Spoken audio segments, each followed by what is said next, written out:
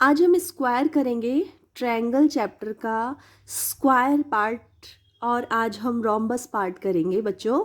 ठीक है, तो आप सभी लोग देख लीजिए।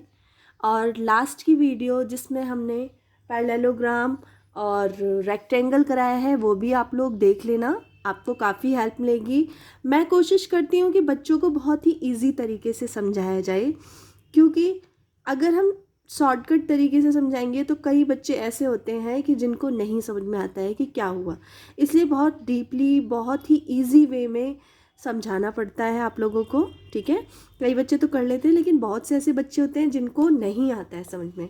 और आप लोगों से मैं एक और चीज़ बोलूँगी कि अगर आप लोगों को मेरे पढ़ाने के बाद भी कुछ कॉन्सेप्ट क्लियर नहीं हो रहे हैं, अगर नहीं समझ में आ रहा है, तो आप अपने किसी बड़े भाई बहन को, मम्मी पापा, किसी को भी अपने साथ बिठा सकते हैं और वो आपको जब वो चीज़ रिपीट करवाएंगे तब आपको बिल्कुल क्लियर हो जाएगा। ठीक है, तो आप लोग ऐसा ज़रूर कीजिए और ज़रूर पढ़िए। ठीक है, तो चलिए आज हम स्क्वायर स्टार्ट करते हैं। देखिए, इस तरह से स्क्वायर बनता है। ठीक है, स्क्वायर क्या होता है?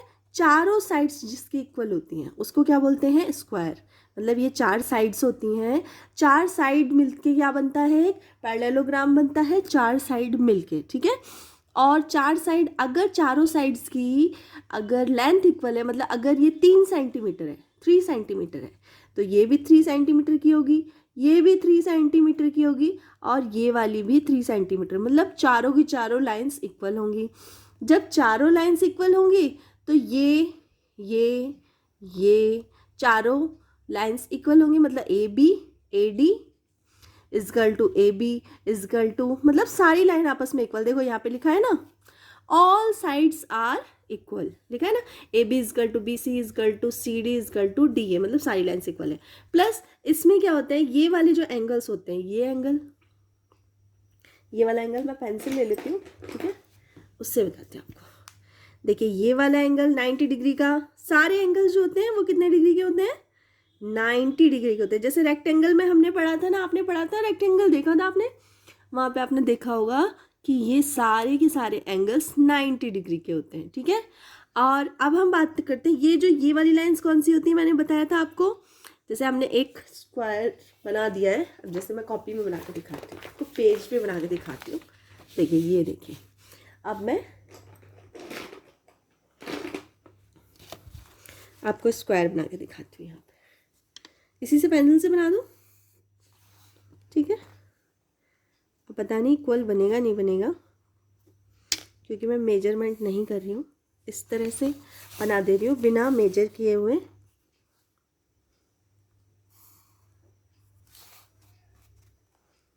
शायद बन जाए। देखिए, इस तरह से हमने एक स्क्वायर बना दिया। और सपोज ये 3 सेंटीमीटर है, सारे के सारे 3 सेंटीमीटर, मुझे पता नहीं है कितने सेंटीमीटर के हैं, लेकिन मैं आपको बस याद दिलाने के लिए कि ये सारे के सारे कितने सेंटीमीटर के हैं? 3 सेंटीमीटर के, सब 3 3 सेंटीमीटर के। तो जब सारे के सारे एक ही लेंथ के होते हैं तो उसको क्या बोलते हैं? स्क्वायर। तो ये इसके बराबर, ये इसके बराबर, ये इसके बराबर, ये इसके, मतलब सारी लाइन्स आपस में बराबर है। ठीक है, इनके हम नाम रख देते हैं, A B C D, D नाम रख दिया। ठीक है, अब इसमें हम लोग डायगोनल डालते हैं। डायगोनल आपको पता है क्या होता है? जो बीच से एक दूसरे को कट करता है। डायगोनल मतलब आमने सामने को टच करता है, ये वाला अपोजिट साइड को टच करेगा, मतलब एक दूसरे को मिलाएगा। अपोजिट साइड्स को जो मिलाते हैं इस तरह से, तो इनको क्या बोलते हैं हम लोग? डायगोनल। ये एक डायगोनल होगा। अब ये वाला इससे मिला देंगे तो ये दूसरा डायगोनल हो गया। ये देखिए, ये दूसरा डायगोनल होगा। अब अगर हम लोग देखिए, हम लोग क्या करेंगे, यहाँ पे लिखेंगे ए बी, मतलब साइड का नाम क्या हुआ? A B is equals to B C, ये वाली side, is equals to C D, is equals to A D कर दो या डी ए कर दो, कुछ भी कर दो जो आपको सही लगे नाम। तो हमने साइड्स के नाम लिख लिए। आप देखो डायगोनल कौन कौन से हैं हमारे?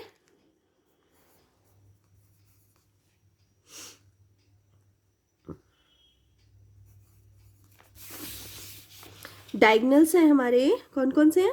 ये देखो,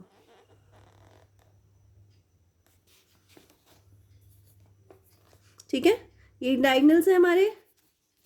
ठीक है, डायगोनल्स के नाम बता दो क्या क्या हैं? डायगनल्स के नाम हमारे क्या क्या हैं? एक तो है ए सी और दूसरा डायगनल कौन सा है हमारा, लेकिन A C is equals to B D. ठीक है, A C is equals to क्या हुआ, बी डी हो गया। ठीक है, मतलब जब हमारी सारी साइड्स आपस में बराबर हैं, इक्वल हैं, तो हमारे जो डायगनल होंगे वो भी आपस में इक्वल होंगे। ठीक है, अब एक और चीज़ देखो आप, डायगनल तो आपने देख लिया, अब ये कट कर रहा है, कहाँ पे कट कर रहा है, यहाँ पे कट कर रहा है ना, इसको हम मान लेंगे ओ। अब ओ मान लिया, अब ये जैसे सपोज ये वाली लाइन इस लाइन को कट कर रही है, एक लाइन दूसरी लाइन को कट कर रही है, तो जब एक लाइन दूसरी लाइन को कट कर रही है तो वो दो बराबर पार्ट्स में डिवाइड भी तो कर रही है। जैसे बी डी एक लाइन जा रही है, इसको ए सी ने आके कट कर दिया, तो बी डी को इसने दो पार्ट्स में डिवाइड कर दिया, है ना। जैसे पेंसिल मेरे पास है और इसको कोई बीच से आके एक नाइफ से आके इसको इस तरह से कट कर दे तो इसके दो पार्ट्स हो जाएंगे, है ना। तो ये क्या हो जाएगी, बाइसेक्ट हो जाएगी, कट जाएगी, मतलब इसके दो पार्ट्स हो जाएंगे। इसी तरह ये लाइन से डायगनल है, इसको दो पार्ट्स में कट कर दिया है। ठीक है, अब इन जो बाइसेक्ट हैं इनको क्या बोलते हैं, बाइसेक्ट। जो टुकड़े एक लाइन के अगर दो टुकड़े कर दिए जाएं तो उनको क्या बोलते हैं, बाइसेक्ट बोलते हैं। अब जो बाइसेक्ट हैं वो भी आपस में बराबर है, क्योंकि जब डायगनल्स बराबर हैं तो बाइसेक्ट भी आपस में बराबर होंगे। तो B O is equals to O D, हम लिख लेंगे B O is equals to O D. ठीक है, इसी तरह से ये वाला डायगनल, ये वाला जो बाइसेक्ट है ये इसके बराबर होगा, है ना। और ये भी आपस में बराबर होंगे, ये इसके बराबर, ये इसके बराबर, ये इसके, मतलब सारे के सारे इज इक्वल्स टू, मतलब इक्वल होंगे सारे के सारे। तो हम लोग लिख देंगे ओ ए इज इक्वल्स टू ओ सी, मतलब सारे डायगनल्स बराबर हैं, दोनों दो डायगनल्स है ना, दोनों डायगनल्स बराबर हैं और सारे बाइसेक्ट भी आपस में बराबर हैं। ठीक है, तो इस तरह से करेंगे, यहाँ लिख देती हूँ मैं बाइसेक्ट्स।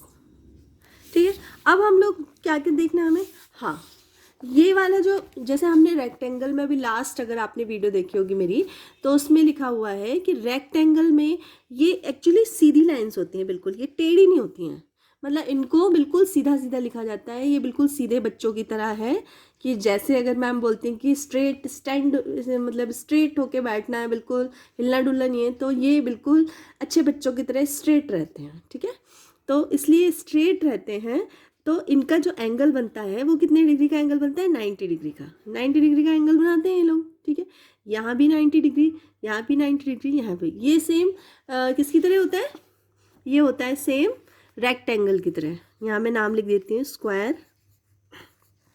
स्क्वायर को हिंदी में क्या बोलते हैं, स्क्वायर को हिंदी में बोलते हैं वर्ग, वर्ग। ठीक है, तो ये अच्छे बच्चे की तरह होता है। रेक्टेंगल भी 90 डिग्री के एंगल्स बनते हैं उसमें, और स्क्वायर में भी बिल्कुल 90 डिग्री के एंगल बनते हैं। सबसे पहले ये बात। अब एक चीज़ आप देखिए, देखना ये एक लाइन दे रखी है, ये एक लाइन दे, नीचे का पार्ट भूल जाओ, नीचे का पार्ट मैं ऐसे करके छुपा लेती हूँ। ठीक है, इस तरह से मैं नीचे का पार्ट छुपा लेती हूँ। अब सिर्फ आप इतना देखो, ये इस तरह से देखो। ठीक है, अब ये एक आपको लाइन दी हुई है और इस पर एक ये सपोज पिलर खड़ा हुआ है, एक ये लाइन दी हुई है, उस पर एक इस तरह से पिलर खड़ा हुआ है। ठीक है, तो ये क्या हुआ, बी डी का क्या है, परपेंडिकुलर क्या है, ओ ए या ए ओ। बी डी का परपेंडिकुलर क्या हुआ ये देखिए इस तरह से, ये दिख रहा है आप लोगों को, ये देखिए यहाँ दे रखा है ओ ए ओ क्या हुआ, बी डी का परपेंडिकुलर हुआ। ठीक है, ये देखिए इस तरह से मैंने फिर से छुपा दिया इसे। अब देखिए बी डी का जो परपेंडिकुलर, मतलब बी डी एक लाइन जा रही है, सपोज इस तरह से एक लाइन जा रही है बी डी। ठीक है, अब इस लाइन पे आप सपोज एक इस तरह से एक कोई पिलर खड़ा कर देखते हैं, मतलब बी डी को ये हल्का सा कट कर रहा है ना, दो पार्ट्स। अभी बी डी सिंपल सी थी लाइन एक।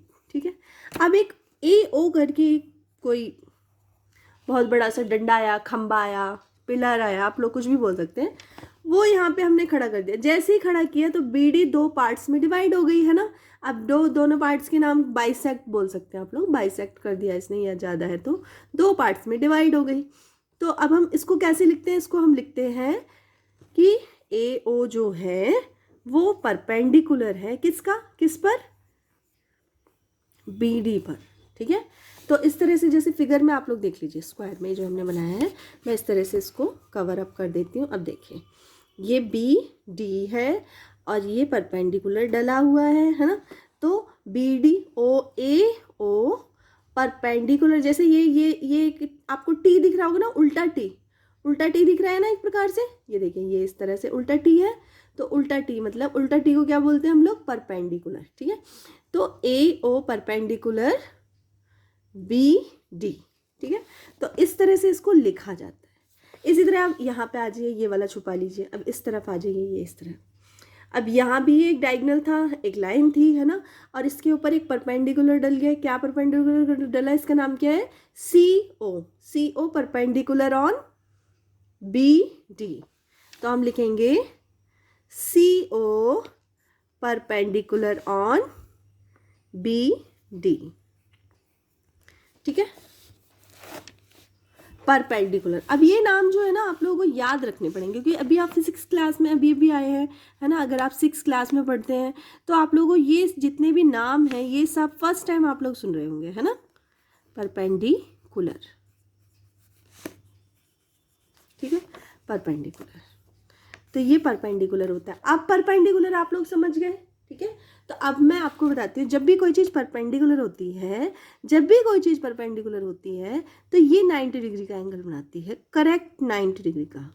इसमें छोटा बड़ा कुछ भी नहीं होगा, ये भी 90 डिग्री का एंगल बनाएगी और ये भी 90 डिग्री का एंगल बनाएगी। ठीक है, तो ये वाला देखिए, अब ये परपेंडिकुलर है, परपेंडिकुलर ना, तो ये कितने डिग्री का एंगल बन रहा है, 90 डिग्री का। ये कितने डिग्री का, ये भी 90 डिग्री का है। ठीक है, इसी तरह से ये भी 90 डिग्री का और ये भी 90 डिग्री का। ये एंगल्स जो है 90 डिग्री के हैं। अब देखिए एक बात बताइए, एक स्क्वायर है, अब इसमें एक स्क्वायर में कितने सारे आपको ट्रायंगल मिल रहे हैं, देखने को मिल रहा है ना आपको। एक ट्रायंगल ये है ना, इस तरह से बन रहा है। एक ये है ट्रायंगल, एक ये है ट्रायंगल, एक ये, 4 तो यही हो गए। फिर 5वां ट्रायंगल ये है इस तरह से, फिर एक ये है ट्रायंगल है ना। ऐसे बहुत सारे मिल रहे हैं, अप्रॉक्स 6 ट्रायंगल मिल रहे हैं हम लोगों को यहाँ पे। ठीक है, तो इस तरह से आप लोग कर लेंगे। 6 क्या 8 ही मिल रहे हैं, शायद 7 मिल रहे हैं, 7 या 8 ऐसे कुछ मिल रहे हैं एंगल। ठीक है, वो लोग आप लोग देख लेंगे। तो ये एंगल्स के हमें पता चल रहा है, ये एंगल है। ठीक है, अब ये जो एंगल ये 2 पार्ट्स में डिवाइड हो रहा है तो ये 90 डिग्री का, लेकिन क्या हुआ, ये 2 पार्ट्स में डिवाइड हो गया ना, तो ये वाला 45 डिग्री का होगा और ये वाला भी 45 डिग्री का होगा, हाफ हो जाएगा ना, क्योंकि एक एंगल है कोई भी आपके पास, और अगर उसे 2 पार्ट बीच में से कट कर दिया जाता है, ये 2 पार्ट्स में डिवाइड कर दिया जाता है, तो वो कितने डिग्री का एंगल बचेगा, उसको हाफ कर देंगे है ना। तो ये हाफ हो जाएगा, तो 90 का हाफ कितना होता है, 45। ये आप लोग साइड में कहीं पे डिवाइड करके देख लेना इस तरह से, जैसे कई बच्चों को कन्फ्यूजन हो जाता है ना, तो उसको 2 से डिवाइड कर देंगे तो इस तरह से 45 आ जाएगा। ठीक है, अब क्या करेंगे हम, ये हो गया आप लोगों का। आप लोगों को क्लियरली समझ में आया स्क्वायर के बारे में जो भी मैंने बताई हैं बातें। एक्चुअली ये जितनी भी चीज़ें हैं ये आगे चल के जब आप क्वेश्चन सॉल्व करते हैं ना, उसमें बहुत ज़्यादा काम आने वाली हैं। और मैं आप लोगों से एक ही चीज़ बोलूँगी बच्चों, कि आप लोग की ज्योमेट्री अभी स्टार्ट हुई है और ये बहुत ही बेसिक चीज़ें हैं। अगर आप लोग ये बेसिक चीज़ें अच्छे से समझ लेंगे, आपको बिल्कुल ठान लेना है कि मुझे ये चीज़ समझनी ही है, क्योंकि अगर आप लोग ये थोड़ा सा भी लापरवाही करेंगे ना, सोचेंगे, अगर थोड़ी सी भी चीज़ आपको समझ में नहीं आएगी, ये क्या है, ये लाइन क्या बोल रही है, ये क्या है, अगर कुछ भी डाउट होता है तो आप पूछो, टीचर से पूछो, अपने पेरेंट्स जो भी आपके घर में समझा सकता है उससे ज़रूर पूछो। क्योंकि अगर ये कॉन्सेप्ट आपके क्लियर हो गए ना, तो जब आप बड़ी क्लासेस में जाओगे तो आपको मैथ में बिल्कुल भी प्रॉब्लम नहीं होगी, बिल्कुल भी प्रॉब्लम नहीं। और अगर आपके डाउट्स रह गए कि ये क्या होता है, छोड़ो चलो रहने दो, क्या करना है, तो क्या होता है जब हम बड़ी क्लासेस, अभी तो आपका निकल जाएगा 6 क्लास, कोई बहुत बड़ी क्लास नहीं होती है, अभी आपका निकल जाएगा, लेकिन जब 7th 8th 9th में पहुँचेंगे तब आपको बहुत ज़्यादा कन्फ्यूजन हो जाएगा कि ये तो मुझे समझ में ही नहीं आता है। इसलिए मैं बोलूँगी कि आप 6 क्लास से अपने सारे कॉन्सेप्ट बिल्कुल क्लियर करके चलिए। जो भी चीज़ समझ में आए तुरंत पूछिए क्या होता है, जब तक आपके माइंड में पूरी तरह से फिट ना हो जाए कि हाँ अब मुझे बिल्कुल क्लियर है ये क्या होता है, उसके बाद ही आप उस चीज़ को छोड़िए। ठीक है, तो अगर आपको मेरी वीडियोज़ में कहीं भी कोई भी प्रॉब्लम होती है, आप किसी बड़े भाई बहन किसी को भी, मम्मी को किसी को भी बैठाइए पास में और उनको बोलिए कि ये क्या है, ये आप मुझे समझा दीजिए क्योंकि मुझे समझ में नहीं आ रहा है। वैसे तो मैं कोशिश करती हूँ अपनी वीडियो में पूरा समझाने की, लेकिन छोटे बच्चे होते हैं उनको बार बार समझाना पड़ता है और डिटेल में। शायद हो सकता है मैं भी कहीं कहीं छोड़ रही हूँ। ठीक है, तो आप लोग ज़रूर क्लियर ज़रूर कर लेना क्योंकि ये आपके फ्यूचर के लिए बहुत अच्छा है। चलिए तो अब इसका देख लेते हैं, एक क्वेश्चन देख लेते हैं। देखिए, ABCD is a square. ABCD क्या है, एक हमने स्क्वायर बनाया, ये देखिए इस तरह से बना हुआ है। Is a square and AC and BD, AC और BD it's diagonal intersect at O। इनके डायगनल्स जो हैं वो इंटरसेक्ट होते हैं कहाँ पे? इंटरसेक्ट का मतलब क्या होता है? इंटरसेक्ट का मतलब होता है जहाँ कट कर रहा हो। जैसे जैसे हमने अभी यहाँ पे देखा ना, ये कट कर रहा है। जब कोई चीज़ कट करती है हम बोलते हैं ना हाय काट दिया, मेरी पेंसिल काट दी, है ना, यहाँ से बीच में से ऐसे कर दी मेरी पेंसिल, तो बीच में से इस तरह से हमने ये फिंगर रख दी एक प्रकार से, तो क्या कर दिया हमने, इंटरसेक्ट करी है। ठीक है, और इंटरसेक्ट करने के बाद जब दो पार्ट बन जाते हैं ना, दो टुकड़े हो जाते हैं, तो उनको क्या बोलते हैं, बाइसेक्ट। जब इंटरसेक्ट होने के बाद जब दो टुकड़े निकलते हैं तो उनको क्या बोलते हैं, बाइसेक्ट, डायगोनल के बाइसेक्ट। ठीक है, तो ये छोटी छोटी सी चीज़ें हैं जो आपको याद रखनी है। तो इंटरसेक्ट एट O पर कट कर रही है। Find the measure of all angles of AOD। AOD मतलब ये वाला जो ट्रायंगल है AOD, ये वाला, मैं इसको अच्छे से कर देती हूँ। ये देखिए, ये वाला जो ट्रायंगल है इसके बारे में इसने बोला है कि ये वाला जो पूरा ट्रायंगल है इसके बारे में बताना है, इसके सारे एंगल्स बताने, मतलब ये वाला एंगल भी बताओ, ये वाला एंगल भी बताओ और ये भी बताओ, सारे एंगल्स बताने। ठीक है, तो अब हम इसको सॉल्व करते हैं कि सबसे पहले हमें पता है कि ये जो होता है ये 90 डिग्री होता है हमारा। मैं यहाँ पे ड्रॉ कर देती हूँ, आपको फिर बताती हूँ। ठीक है, देखिए ये दे रखा है, इस तरह से हमें एक स्क्वायर शेप दे रखी है क्वेश्चन में। ठीक है, अब हम इसको सॉल्व करके देखेंगे कि किस तरह से इसके ये ट्रायंगल दे रखा है और इसी ट्रायंगल को बोला है इन्होंने कि निकाल के दिखाओ। क्या निकाल के दिखाना है, ट्रायंगल AOD, ट्रायंगल निकाल के दिखाना है। अगर ये एंगल की बात, अब एंगल और ट्रायंगल में क्या डिफरेंस है वो आप लोग ये सोचेंगे। एंगल का, ट्रायंगल का मतलब होता है एक ये 3 लाइन से घिरा हुआ एक, इसको बोला जाता है ट्रायंगल। ठीक है, और अगर सिर्फ एंगल की बात करता है, एंगल का मतलब क्या होता है, अगर एंगल इस तरह से दिया जाता है, एंगल AOD, तो AOD एंगल, इसका मतलब सिर्फ ये इस एंगल की बात कर रहा है। ठीक है, अब ये पूरे ट्रायंगल की बात नहीं कर रहा है, इसकी किसी की बात नहीं कर रहा है, सिर्फ ये इस एंगल की बात कर रहा है। तो आपको समझ में आया, एंगल का मतलब होता है सिर्फ एक कॉर्नर लास्ट का एंगल, सिर्फ एक एंगल। और ट्रायंगल अगर लगा हो तो ट्रायंगल का मतलब होता है पूरे ट्रायंगल, मतलब 180 डिग्री की बात कर रहे हैं, क्योंकि एक ट्रायंगल का टोटल कितना होता है, 180 डिग्री। 180 मतलब 180 डिग्री, 180 डिग्री। ठीक है, चलिए तो करना स्टार्ट करते हैं। सबसे पहले हमें ये पता है कि स्क्वायर में क्या होता है, बाइसेक्ट। ये बाइसेक्ट है, ये भी एक बाइसेक्ट है ना, ये एक बाइसेक्ट है। तो बाइसेक्ट क्या होते हैं, आपस में बराबर होते हैं। तो हम लोग यहाँ पे सबसे पहले क्वेश्चन मार्क डाल देते हैं। हम लोग लिखते हैं कि बाइसेक्ट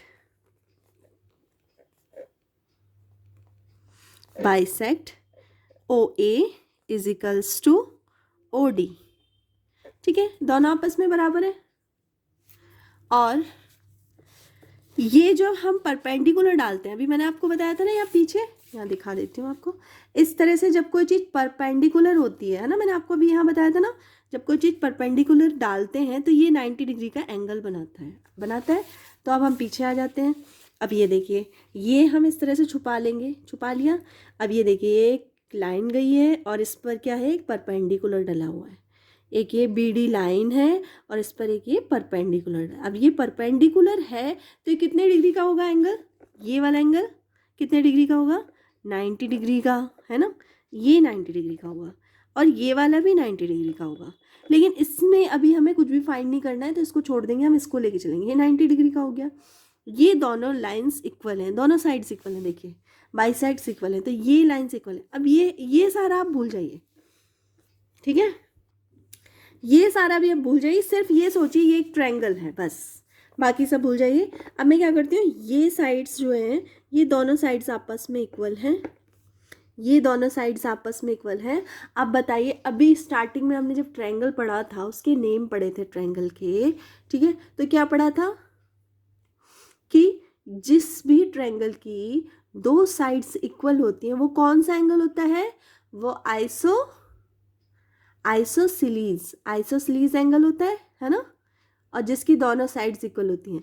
और आइसोसेलेस एंगल्स में क्या होता है कि ये वाला जब दो साइड इक्वल है तो इसके नीचे जो दो एंगल बनेंगे वो आमने सामने के, मतलब अपोजिट एंगल्स क्या होते हैं, इक्वल। मतलब ये वाला एंगल इस एंगल के बराबर है, इक्वल है। वैसे तो इसमें कहा जाए तो ये स्क्वायर है, तो हमें तो ऑलरेडी पता है कि 90 डिग्री का है, ये इक्वल मतलब इसके जो पार्टीशन हुए हैं वो इक्वल होते हैं, 45 होगा, ये हमें पता है। लेकिन जब क्वेश्चन बोलते हैं निकालने के लिए कि आप प्रूफ करके दिखाइए, ठीक है, तो हमें कभी कभी प्रूफ करके दिखाना पड़ता है, ठीक है। तो हमें ये पता है परपेंडिकुलर है, परपेंडिकुलर तो हम लिख देंगे यहाँ पे, देखिए यहाँ पे लिखा होगा, ये देखिए कहीं नहीं लिखा है यहाँ पे, बाइसेक्ट्स, ठीक है। ये देखिए 90 डिग्री का है एंगल AOD, 90 डिग्री, ठीक है, क्योंकि बाइसेक्ट कर रहा है। या फिर हम लोग इसको इस तरह से भी लिख देते हैं कि AO परपेंडिकुलर है किसके, BD के। So angle AOD is equals to 90 degree, इस तरह से हम लोग लिख सकते हैं, ठीक है। अब हमें 90 डिग्री मिल गया, ये दोनों लाइन्स इक्वल है और ये एंगल इस एंगल के बराबर है। तो इस एंगल का नाम बताइए आप क्या होगा, इस एंगल का नाम क्या होगा, DAO। तो हम क्या लिखेंगे, angle DAO is equals to angle ODA। क्यों है दोनों angles equal, opposite angles are angle opposite the equal sides are equal। लेकिन यहाँ पे ये वैसे मुझे नहीं लगता ये सही है, इसको हमने ऐसे नहीं करना चाहिए था, उल्टा यहाँ पे आइसोसेलेस हमने लिखना चाहिए था।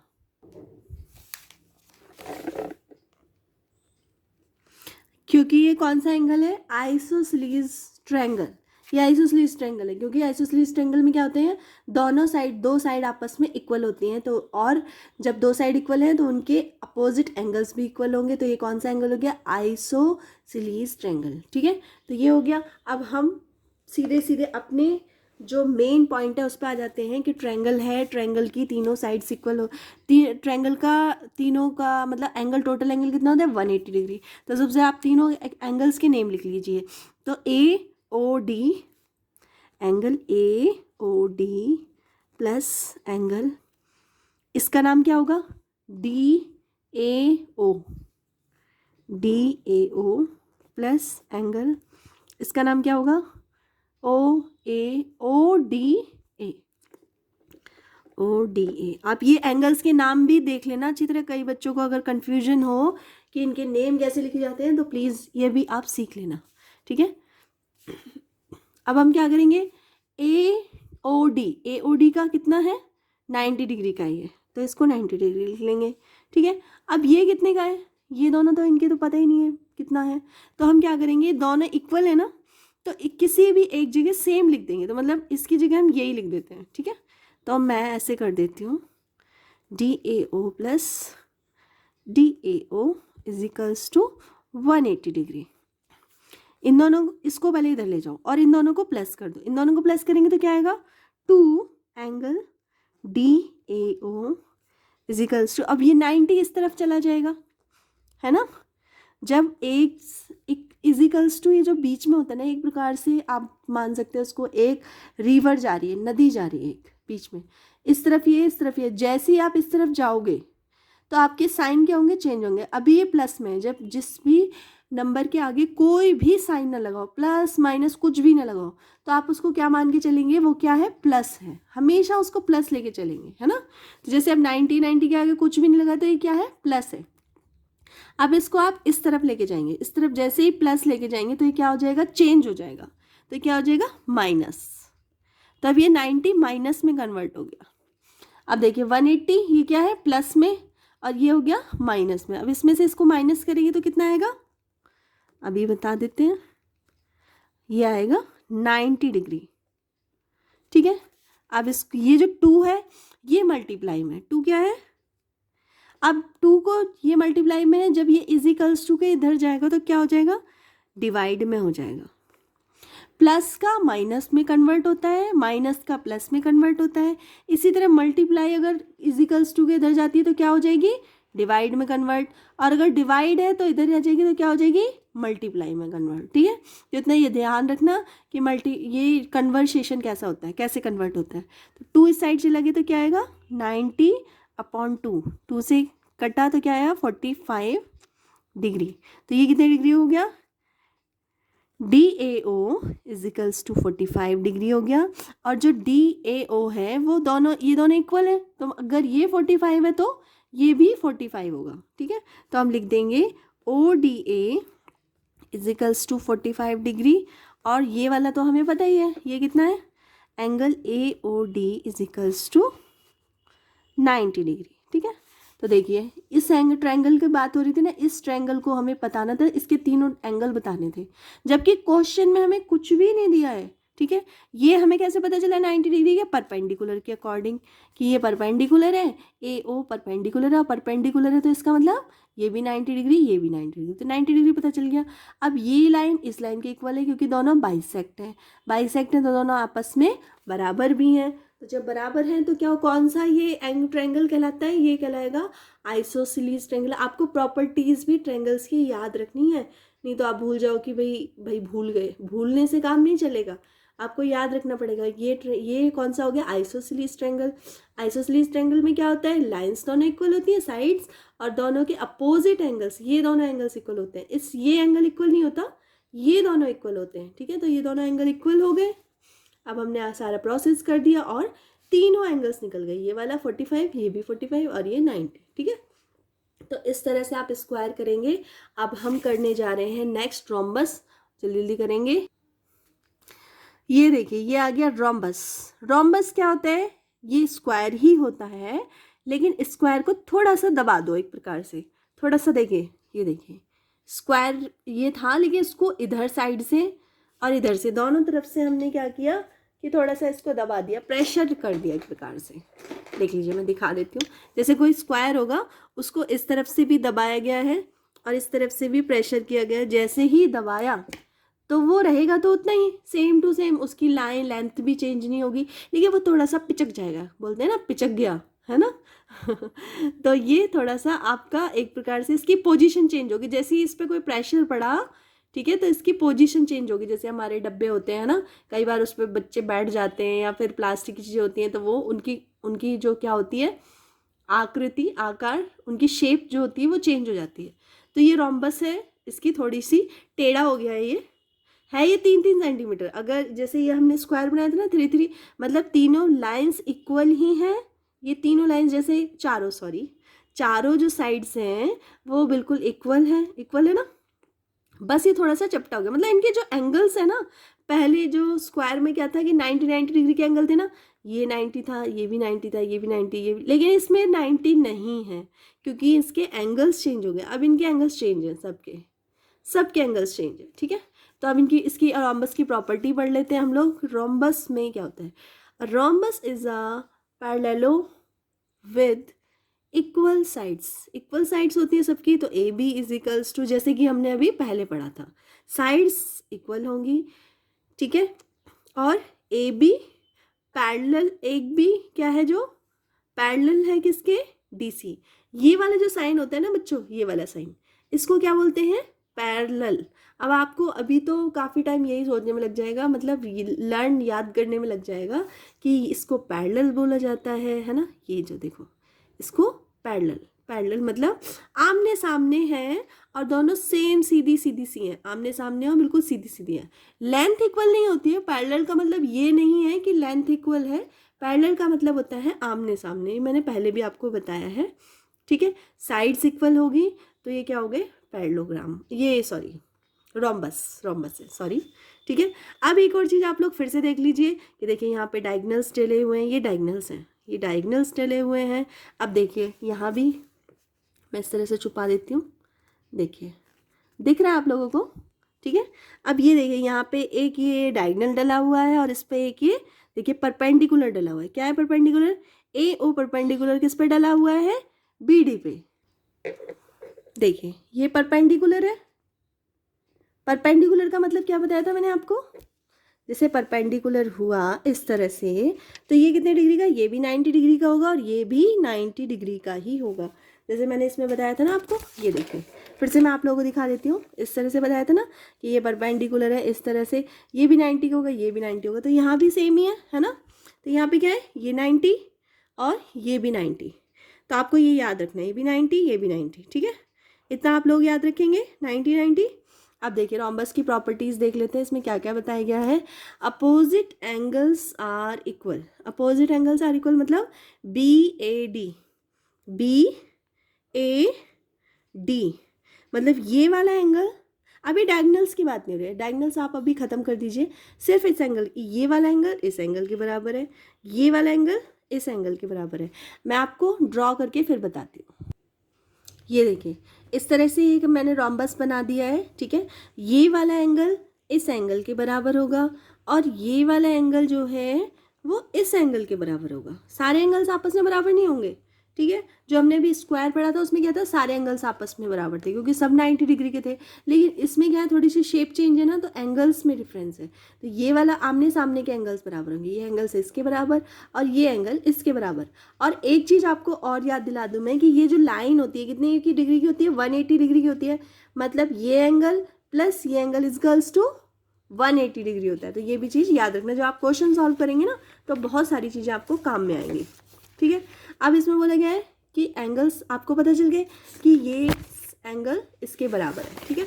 अब नेक्स्ट इसमें क्या दिया गया है, adjacent angles are supplementary, they added up to 180 degree, जैसा कि मैंने अभी आपको बताया है ना कि एंगल बी ए डी और ए डी सी मतलब ये वाला एंगल, अब मैं आपको यहाँ बता देती हूँ, ये वाला एंगल प्लस ये वाला एंगल, अगर इन दोनों को हम प्लस करते हैं तो कितना आएगा 180 डिग्री।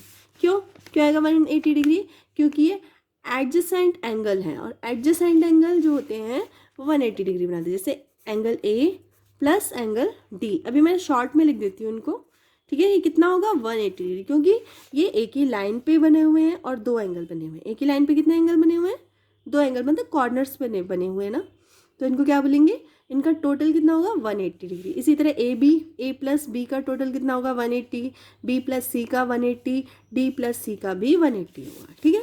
तो यही इसमें आपको बताया गया।